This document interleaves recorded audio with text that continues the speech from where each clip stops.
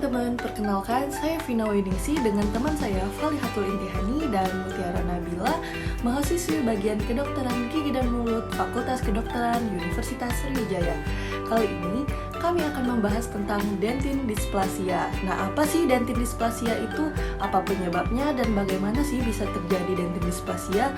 Sampai bagaimana sih gambaran klinisnya? Simak dengan seksama ya. Tahukah kamu bahwa dentin dysplasia adalah kelainan struktural dentin yang diturunkan sebagai sifat autosomal dominan pada gigi sulung dan gigi permanen yang bermanifestasi pada dua tipe, yaitu tipe 1 dentin dysplasia radikuler dan tipe 2 itu dentin dysplasia koronal. Nah, untuk dentin dysplasia tipe 1 atau yang sering disebut dengan dentin dysplasia radikuler memiliki gambaran mahkota yang normal dengan akar yang sangat pendek dan obletorasi pulpa. Sedangkan untuk dentin dysplasia tipe 2 atau yang sering disebut dengan dentin dysplasia koronal memiliki gambaran mahkota yang pendek bulat berwarna kuning kecoklatan dengan obletorasi pulpa pada gigi sulung, dan biasanya pada mahkota normal itu dengan obletorasi pulpa pada gigi permanen. Lalu apa ya yang dapat menyebabkan penyakit ini terjadi pada suatu individu? Dentin dysplasia dapat terjadi secara genetik. Pada dentin dysplasia tipe 1 disebabkan oleh mutasi gen VBS4B, sedangkan kalau tipe 2 itu disebabkan oleh mutasi gen pada gen dentin sialoposfoprotein atau DSPP. Selanjutnya mari kita bahas tentang patogenesis dari penyakit ini. Nah, seperti yang sudah kita ketahui, dentin dysplasia memiliki dua tipe, yakni tipe 1 yang akan saya jelaskan ini dan tipe 2. Dentin dysplasia tipe 1 diturunkan secara autosomal dominan. Penyebabnya adalah adanya beberapa gen yang bermutasi, salah satunya yakni gen FBS4B. Gen FBS4B adalah gen yang memodulasi diferensiasi osteoblast. Pada dentin dysplasia tipe 1 ini akan ada dua hal yang akan terjadi, yakni terjadinya akar pendek dan obliterasi pulpa. Mari kita bahas dimulai dari mekanisme terjadinya akar pendek terlebih dahulu ya. Terjadinya akar pendek dan bulat pada dentin dysplasia tipe 1 dimulai dari adanya mutasi gen FBS4B yang mempengaruhi diferensiasi osteogenik pada dental follicle cells atau DFC, sehingga mengganggu efek modulasi dari dental follicle cells pada diferensiasi osteoblast. Kemudian, terjadi invaginasi selubung akar pada awal perkembangan gigi dan upaya perbaikan yang gagal mengarah pada morfologi akar yang aneh. Dan, nodul radiopak dari bagian tengah akar dapat mendorong akar untuk tumbuh di sekitar penyumbatan ini. Nah, dentin dysplasia tipe 1 ini dapat berpengaruh pada gigi permanen maupun gigi sulung. Selain itu juga dapat berpengaruh pada meningkatnya matriks organik. Dalam hal ini kolagen tipe 1-nya sedikit dan kolagen tipe 3-nya banyak. Sedangkan matriks anorganiknya menurun. Nah, pada dentin dysplasia tipe 1 ini kita dapat melihat adanya akar yang bulat dan sangat pendek, sehingga gigi menjadi goyang dan dapat mengakibatkan gigi terlepas. Berikut gambaran klinis dari dentin dysplasia tipe 1.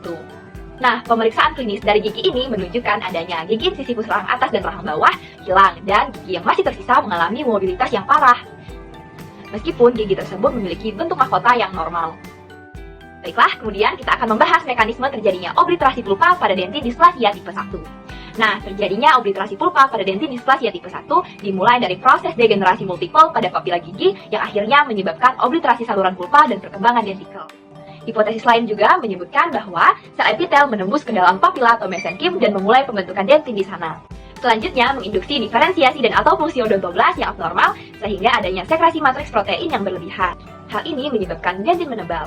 Sehingga semakin menebalnya dentin, maka pulpa akan semakin menyempit atau dapat disebut dengan obliterasi pulpa. Nah, pada mekanisme terjadinya obliterasi pulpa dentin dysplasia tipe 1, berikut terdapat gambaran radiografi yang dapat kita lihat bersama-sama. Pemeriksaan radiografi pada pasien tersebut mengidentifikasi fitur karakteristik yang terkait dengan dentin dysplasia tipe 1, yakni adanya obliterasi kamar pulpa dan pulpa berbentuk bulan sabit dan kista periapikal tanpa lesi karier. Nah, terlepas dari mekanisme akar pendek dan obliterasi pulpa, berikut terdapat gambaran klinis dan gambaran radiografi secara umum dari dentin dysplasia tipe 1. Kita mulai dari gambaran klinis terlebih dahulu ya. Secara klinis, mahkota pada dentin dysplasia tipe 1 memiliki bentuk dan warna yang normal. Kemudian adanya kehilangan gigi yang dapat terjadi karena akar pendek dan lesi inflamasi periapikal. Gambaran radiografi secara umum pada dentin dysplasia tipe 1, yakni gambaran radiografi pada gigi permanen menunjukkan ruang pulpa serta saluran akar berbentuk seperti bulan sabit. Sedangkan gambaran radiografi pada gigi sulung menunjukkan bahwa adanya akar yang pendek dan ruang pulpa serta saluran akar yang sering kali menghilang. Baiklah, selanjutnya kita akan membahas tentang patogenesis dari dentin dysplasia tipe 2. Dentin dysplasia tipe 2 diturunkan secara autosomal dominan. Penyebab dari kelainan dentin ini adalah adanya gen yang bermutasi, yaitu DSPP, atau dentin sialofosfoprotein yang mengkode DPP dan DSP yang memiliki peran utama dalam dentinogenesis. Pada dentin displasia tipe 2 ini, yang terjadi hanya obliterasi pulpa. Terjadinya obliterasi pulpa pada dentin displasia tipe 2 dimulai dari adanya gen yang bermutasi, yaitu DSPP atau dentin sialofosfoprotein yang mengkode DPP dan DSP. Mutasi dari gen tersebut menyebabkan hilangnya fungsi DPP dan DSP, disertai ketidaksempurnaan mineralisasi dentin akibat pengaruh enzimatik sehingga pembentukan dentin menjadi tidak teratur. Kemudian, proses degeneratif multiple pada papila gigi hasilnya menyebabkan obliterasi saluran pulpa dan sel-sel epitel menembus ke dalam papila atau mesenkim gigi, memulai pembentukan dentin di sana. Selanjutnya, menginduksi diferensiasi dan atau fungsi odontoblas yang abnormal sehingga adanya sekresi matriks protein yang berlebihan menyebabkan dentin menebal, di mana semakin menebalnya dentin, maka pulpa akan semakin menyempit atau yang sering disebut dengan obliterasi pulpa. Dentin displasia tipe 2 ini terjadi pada gigi sulung dan gigi permanen. Selain itu, dentin displasia tipe 2 ini memiliki matriks organik dentin yang meningkat, di mana kolagen tipe 1-nya sedikit dan kolagen tipe 3-nya banyak. Sedangkan matriks anorganiknya menurun.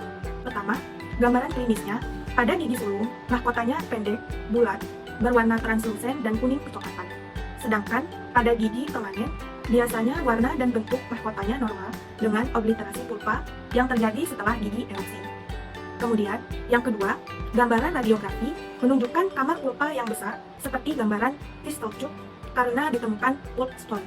Selain itu, gambaran mikroskopis dari dentin displasia tipe 2 menunjukkan email dan dentin di bawahnya tampak normal.